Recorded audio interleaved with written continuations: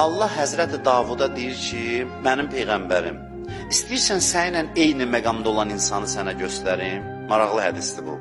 İstəyirsən elə bir insanla səni tanış eləyim ki, səninlə eyni məqamdadır, sən peyğəmbər ola. Maraqlı gəldi peyğəmbərə. Dedi, bəli, istəyirəm, əlbəttə istəyirəm. Özü peyğəmbər də bilir ki, bu məqama çatmaq nə deməkdir. Dedi, kimdə o mənə göstər, tanış olum.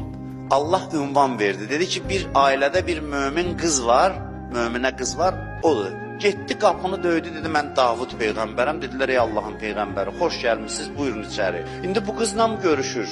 Deyim, mən qızınızla Allahın əmri ilə görüşməliyəm, Allah istəyib. Başlayır ona suallar verməyə ki, görsün bu necə olub gəlib peyğəmbərlə həm dərəcə olub, eyni dərəcədə olub.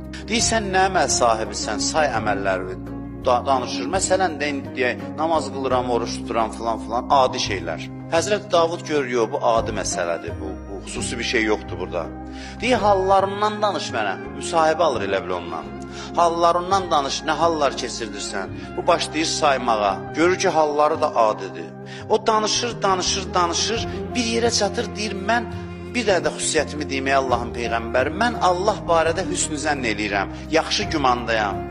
Peyğəmbər soruşur ki, əlaməti nədir bunun, yaxşı gümanda olmağın? Deyir ki, mənə hər hansı bir çətinlik üz verəndə deyirəm, Allah indi mənə məhəbbət göstərir. Allah mənləndir, narahatçılıq əsas yoxdur. Allah çətinliklə də mənə sığal çəkir.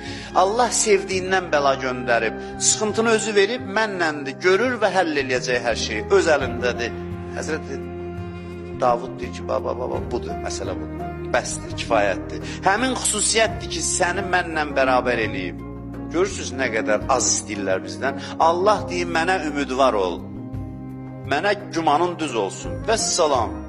Mənlə düz ol. Düz gözləntidə ol. Mənim rəhmətimə düzgün ümidvar ol.